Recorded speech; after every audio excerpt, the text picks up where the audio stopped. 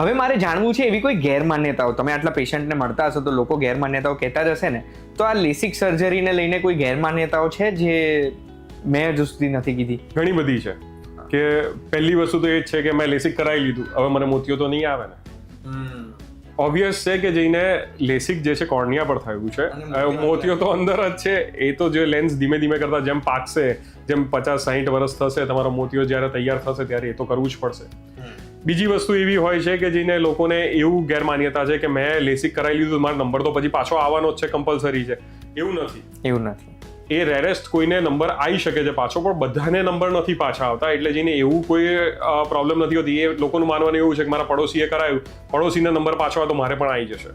જરૂરી નથી. એ લગભગ 90-95% લોકોને ક્યારે નંબર પાછો આવતો નથી હોતો, ને અમુક લોકોને આવે તો પણ એ મિનિમમ નંબર હોય છે, બહુ વધારે તકલીફ નથી હોતી. બીજી એક વસ્તુ એવી હોય છે કે જેને કે કોર્નિયા પર આ સર્જરી થઈ છે, કોર્નિયા પતલું થયું છે. તો આ કોર્નિયા પતલું થયું છે ને ઘણા લોકોને જે આંખો મસળવાની આદત હોય છે ને, તે મસળવાના કારણે જઈને એ લોકોને આંખનું જે કોર્નિયા જે છે એનો શેપ કેરેટોકોનસ, મતલબ કોન જેવો થવાનો ચાન્સ હોય છે. એટલે લોકો જે છે એમ કહેતા હોય છે કે મેં તો એક વખત સર્જરી કરાવી લીધી, મારી આંખ બુલેટ પ્રૂફ થઈ ગઈ. એવું નથી. આઈ સર્જન થી યાદ આવ્યું કે તમે આઈ સર્જન છો, તમે કેમ લેસિક નથી કરાયો? બહુ જ સારો ક્વેશ્ચન છે ને. ઘણા બધા પેશન્ટ મને પૂછે છે, અને સાચી વાત છે, બધાને મનમાં એવું આવે કે જઈને જે ડોક્ટર જે છે એ તમને સમજાઈ રહ્યા છે કેમ નથી કરાવતા. પણ મેં કીધું એ પ્રમાણે કે જઈને જે લોકોના માટે કમ્પલસરી છે ને, અમુક લોકો માટે કમ્પલસરી નથી, એની મરજીથી કરાવી શકે કે મરજીથી ના પણ કરાવે. મારે નંબર જે છે એ લગભગ આજે 1 નંબરની આજુબાજુ છે. આજે હું આ ચશ્મા કાઢી દઉં છું તો મને ગુંજભાઈ ચોખ્ખા દેખાય છે. તમે આજે ઝીણા અક્ષરમાં જે વાંકું ચૂકું લખ્યું છે ને, એ બધું મને સરસ વંચાઈ રહ્યું છે. અને હું આજે ડ્રાઇવિંગ પણ સરસ કરી શકું છું, આજે મારા બધા કામ કરી શકું છું. બીજું જે છે એ મને ફ્રેમ્સનો શોખ છે. એટલે તમે મને જોયું હશે, મારી પહેલાની પોડકાસ્ટ જે જોઈ હોય ને, તેમાં અલગ ફ્રેમ હશે ને, અત્યારે અલગ ફ્રેમ છે. તો આ એક રીતે જે છે એ મારું સ્ટાઇલ એપેરલ પણ છે. એટલે જઈને એ ઓબ્વિયસ છે કે જઈને હું જો ચશ્મા કઢાવી દઈશ તો પણ હું મારા સ્ટાઇલ માટે ચશ્મા તો પહેરવાનો છું. પછી ઓપરેશન કરવાનો ફાયદો શું થાય? આ સવાલ મેં એટલે જ પૂછ્યો છે કારણ કે ઘણા બધા પેશન્ટ સરને મળવા આવે તો બધા તમને નહીં પૂછી શકતા હોય આ સવાલ, ને આ સવાલ ઘણા બધા લોકોને થતો હોય છે. એટલે તમારા વતી મેં આ સવાલ પૂછ્યો. ના, બહુ બધા પૂછે છે, સાચું કહું છું. તો પછી હવે આ લેસિક સર્જરી પછી ડ્રાય આઈ થવાની સંભાવના છે? બિલકુલ. અમુક લોકોને જે છે એ ડ્રાય આઈ થઈ શકતી હોય છે, ખાસ કરીને એવા લોકોને કે જે લોકોનું પ્રોફેશન જે છે ને એ ડ્રાય કરવાવાળી વસ્તુઓ સાથે સંકળાયેલો છે. એટલે ડ્રાય આઈ કોને વધારે થતી હોય કે જે લોકો સ્ક્રીન યુઝર્સ છે. સ્ક્રીન મારે પણ યુઝ કરવાની આવે છે, પણ હું દર 15-20 મિનિટ પછી બ્રેક લઈ લઉં છું. જે લોકો એવા છે કે જે લોકો દિવસના 5 કલાક 6 કલાક જે છે કન્ટિન્યુઅસ સ્ક્રીન પર જે જોતા રહેતા હોય છે, જેમ ગુંજભાઈ જે છે એમના વિડીયો એડિટિંગ માટે 5-6 કલાક કન્ટિન્યુઅસ જે છે એક જ સ્ક્રીન સામે બેઠા હોય છે, તો એમને ડ્રાય વધારે થઈ શકે.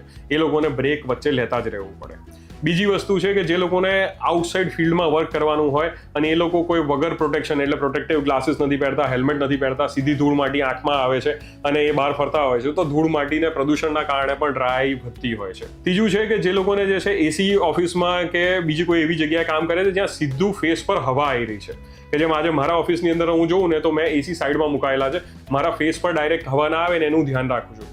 કારણ કે ફેસ પર હવા આવે ને તો જેમ અહીંયા ટેબલ પર પાણીનું ટપકું પડે તો એ હવાથી ફટાફટ ઉડી જશે. એ જ રીતે આંખની ઉપર જે આંસુનું લેયર છે ને સીધું હવાના કોન્ટેક્ટમાં છે, અને સીધી હવા જો આંખ પર આવતી રહેશે ને તો એ આંસુનું લેયર પણ ફટાફટ ઉડી જશે. પછી ઠંડી હવા વધારે કોરી હોય, ડ્રાય હોય, એટલે વહેલી ઉડાડે. ઠંડી હવાની અંદર ભેજ ઓછો હોય એટલે આંખની ઉપરનો ભેજ જે છે ને એ આપણે જે સાંદ્રતા આપણે જે ભણી હતી એ સાંદ્રતા જે છે એ ફટાફટ જે છે એ હવાની અંદર ભળતું જાય ભેજ, અને એ ડ્રાયનેસ વધારે. એટલે આ બધી વસ્તુઓનું ખાસ ધ્યાન રાખવું જોઈએ કે જે લોકો આ બધી વસ્તુઓ સાથે સંકળાયેલા છે તો એમણે એમના લાઈફસ્ટાઈલમાં મોડિફિકેશન કરવા જ પડશે. નહીતર આજે નહીં તો કાલે એ લેસિક કરાવશે કે નહીં કરાવે, એમને ડ્રાય આઈ તો થવાની જ છે. તો હવે આ ડ્રાય આઈ છે, આ ડ્રાય આઈ છે શું? મને આમ વસ્તુ કે કોરી થઈ ગઈ આંખો 1 મિનિટ માટે, એવું કે આમ ડ્રાય આઈ છે શું, આમ ટેકનિકલી સમજવું હોય તો? આપણે આંખની ઉપરના ભાગમાં અહીંયા આગળ જે છે ને સાઈડમાં અમુક ગ્રંથિઓ છે જે આંખની ઉપરનું પાણી બનાવે છે, ને આપણી પાપણ જે છે ને એની ઉપરની અમુક જે ગ્રંથિઓ છે જે પાણીની ઉપરનું ઓઇલ બનાવે છે, પાણી સીધું હવામાં ના પડી જાય.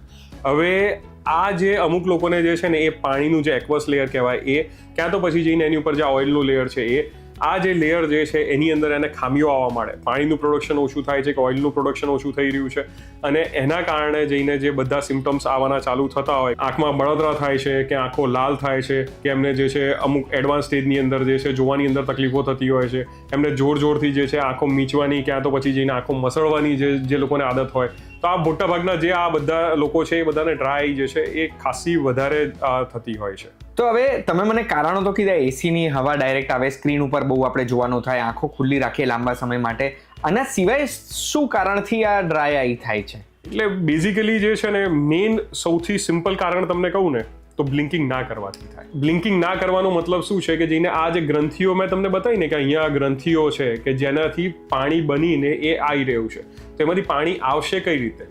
જેમ આપણે ખાવાનું જ્યારે સામે જોઈએ ને તો મોંમાં પાણી આવવા લાગે, બરાબર છે? આંખની ઉપર એ કઈ રીતે પાણી આવશે?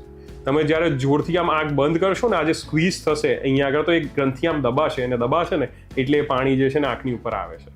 અને આપણે જે છે ને શું કરતા આવીએ છીએ, આંખો ફાડીને જોતા આવીએ છીએ, બરાબર છે? આ જે સ્ક્રીન્સ જે છે ને તમને કેમ ગમે છે, જે આના અલ્ગોરિધમ્સ જે છે ને આ સોશિયલ મીડિયાના કે બધા, એ તમારી સાથે શું કરે છે કે તમારા મગજમાં જિજ્ઞાસા ઊભી કરે છે.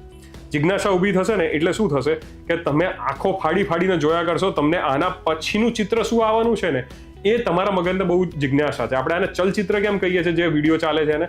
કારણ કે ચિત્ર ચાલી રહ્યું છે, આના પછીનું ચિત્ર તમને ખબર જ નથી કે હવે શું આવશે, ને તમે આંખો ફાડીને જે જોઈ રહ્યા છો, જે તમે વચ્ચે બ્લિંક કરવાનું છોડી દો છો, અને એના જ કારણે જઈને આ સ્ક્વીઝ નથી થતી.